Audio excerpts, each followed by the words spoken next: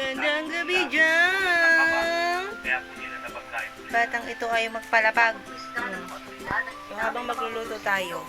Modify-daan nila ang makina na ito para mapabilis sumalo ang takbo. Ayon sa MTC, kadalasan nagkakaroon ng traffic sa Rojas Boulevard bandang alas 12 na madaling araw. At eto na nga mga jang, dahil ayaw magpababa ng ating bibi, so kailangan natin siyang buhatin at kailangan din natin magluto. So ayan, samahan niyo ako ngayong gabi, magluluto ako ngayon ng tinola. Yun nga pala yung chicken na binabad ko muna sa tubig dahil nga yan ay frozen pa. Mga alas 7 na yan ata ng gabi, so medyo late na ako magluluto. Pero okay lang kasi gabi naman na sila talaga kumakain. So ayan, may bata tayong bida-bida at yan tumitingin pa nga siya sa camera. Talagang hindi siya magpapalapag dahil pag nilapag ko siya, iiyak siya. So wala tayong choice, kaya kargahin na natin to. Sumandali nga at nailapag ko si Bibi dahil kailangan ko na nga talagang magluto. Hindi ako makakilos ng karga-karga ko siya. Dumating nga pala yung pamangkin ko dyan, kaya sabi ko, kargahin mo nga muna ito para naman makapagsimula na ako ng lulutuin ko. Gabi na, baka dumating na ang ating lablab, wala pa akong nalulutong ulam. At kakain na rin ng kanyang mama mamaya pagkagising dahil nga puyat sa kanyang trabaho. At iyan na nga, hinihiwa ko muna ang papaya. So, ayan, i-fast forward ko na lang muna.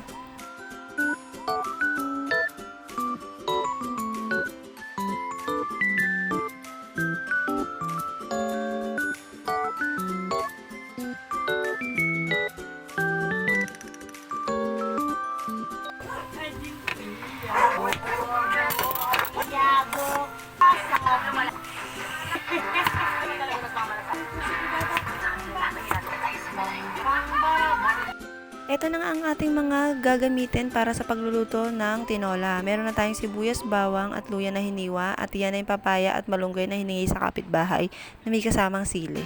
Charot lang. So ito nga pala yung chicken na binabad ko kanina. So hiniwa ko na rin yan ng maliliit para masarap siyang kainin. Let's start!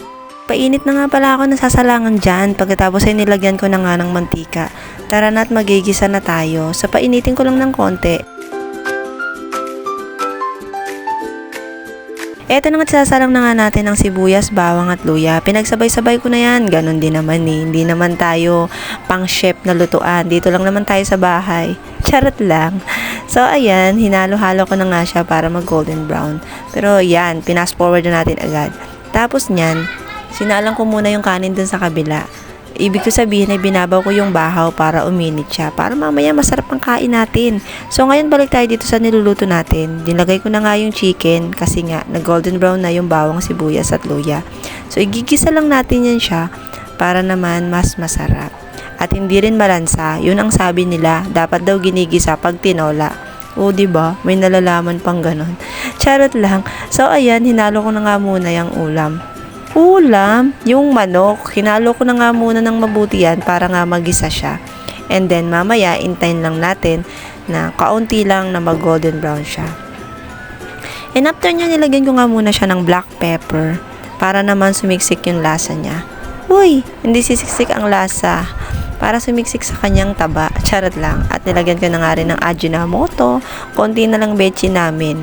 Gusto mo bang mabechin kita? Charot, nilagyan ko na rin ng magic sarap para mas marami talaga siyang lasa.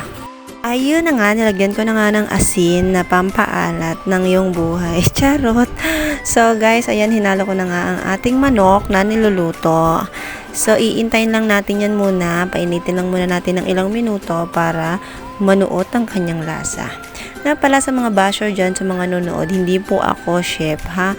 Isa lang po akong tagaluto sa bahay. Yung alam ko lang pong luto ang ginagawa ko. So, na sinishare ko lang sa inyo, ay sana ma-inspire din kayong magluto sa mga hindi marunong magluto. Kasi ako din naman. Napapanood ko lang din sa YouTube yung mga pinagluluto ko dito.